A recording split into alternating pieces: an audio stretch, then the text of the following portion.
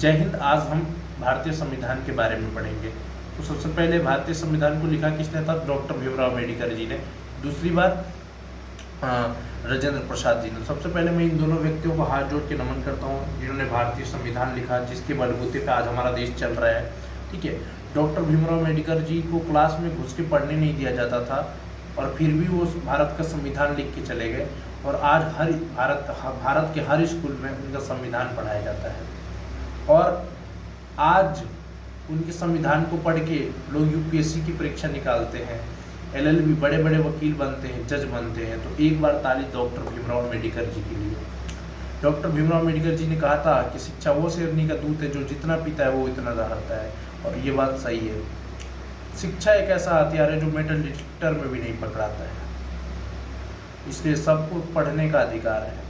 ठीक है। अब मैं बात करता हूँ भारतीय संविधान की। तो भारतीय संविधान में आर्टिकल यानी अनुच्छेद कितने हैं? 395 है। पार्ट यानी भाग 22 है। ठीक है। देश या राज्य। ठीक है।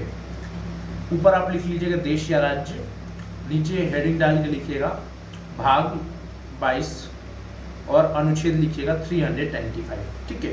ये हो गया। अब ये लिखने के बाद साइड में लिखिएगा आईपीसी की धारा जो कि पुलिस लगाती है, सेक्शन पुलिस, सीआरपीसी की धारा जो कि कोर्ट द्वारा लगाया जाता है। ठीक है। अब अनुच्छेद नंबर 1 की बात करते हैं।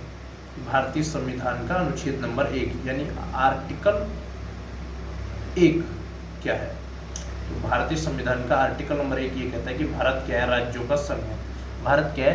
राज्यों का संघ है। यानी कई सारे राज्य मिलकर क्या बनाए हैं? भारत को बनाए हैं। ठीक है। संघ भी 3 प्रकार के होते हैं, यूनियन और फेडरल। दोनों की हिंदी संघ ही होती है। और एक होता है कॉन्फेडरल यानी परिसंघ।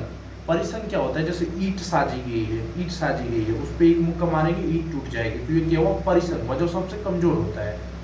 और ईंट साजी गई है, उस पर थोड़ा थोड़ा सीमेंट लगा दी गई है, उस पर इस बाजू से मारेंगे, इस बाजू से, तो टूट जाएगा। ठीक है। और यूनियन होता है, जो ये पक्का दीवार दिख रहा है ना पीछे, ये वाली दीवार आपको पक्की दिख रही है। ठीक है। वो क्या है? यूनियन है। क्या है? यूनियन। ठीक है। तो ये होता है यूनियन। फेडरल जो है वो अमेरिका है। अमेरिका क्या है? फेडरल है। ठीक है। उसके स्टेट के अंदर अलग झंडा है, अपने अपने स्टेट का अलग झंडा है। ठीक है। हमारा क्या अलग झंडा थोड़ी ना, हम तो सब तिरंगे को ही मानते हैं। ठीक है। अलग अलग झंडा नहीं है हमारे स्टेट के अंदर। ठीक है। अब देखिए अमेरिका क्या है? फेडरल है। अमेरिका क्या है? फेडरल है। और जो सबसे मजबूत होता है, मजबूत माना जाता है, वो क्या है? यूनियन, जो कि भारत है। भारत राज्यों का संघ है। कौन सा? यूनियन वाला। ठीक है। अब देखिए, अब दूसरा अनुच्छेद नंबर 1 में ही 3 बातें हैं। पहला, भारत राज्यों का संघ है। दूसरा ये है कि राज्यों की सूची पहली, मतलब राज्यों की सूची पहले में रखी गई है। आप जाके पढ़ सकते हैं कि कौन कौन राज्य भारत में हैं। तीसरा, 3 प्रकार के क्षेत्र होते हैं। पहला स्टेट यानी राज्य, जो कि 28 है, वर्तमान में कितने हैं? 28। ठीक है। दूसरा यूनियन टेरिटरी यानी केंद्र शासित प्रदेश, कितने हैं? 8 सॉरी, केंद्र शासित प्रदेश कितने हैं? 8, यानी जिसपे सेंट्रल गवर्नमेंट रूल करती है। ठीक है।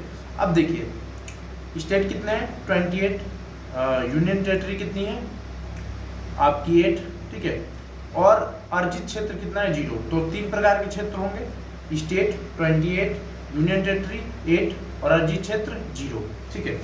अब आर्टिकल नंबर 2 की बात करते हैं। क्या अनुच्छेद नंबर 2 क्या कहता है? संसद राष्ट्रपति के पूर्व अनुमति से किसी भी विदेशी राज्य को भारत में मिला सकता है। यानी राष्ट्रपति जी अगर साइन करके दे देंगे तो संसद राष्ट्रपति जी के साइन की मदद से किसी भी विदेश के राज्य को भारत में मिला सकता है। अगर बलूचिस्तान के लोग पाकिस्तान से भारत में मिलना चाहें तो आराम से मिला सकता है, बस राष्ट्रपति जी के साइन से।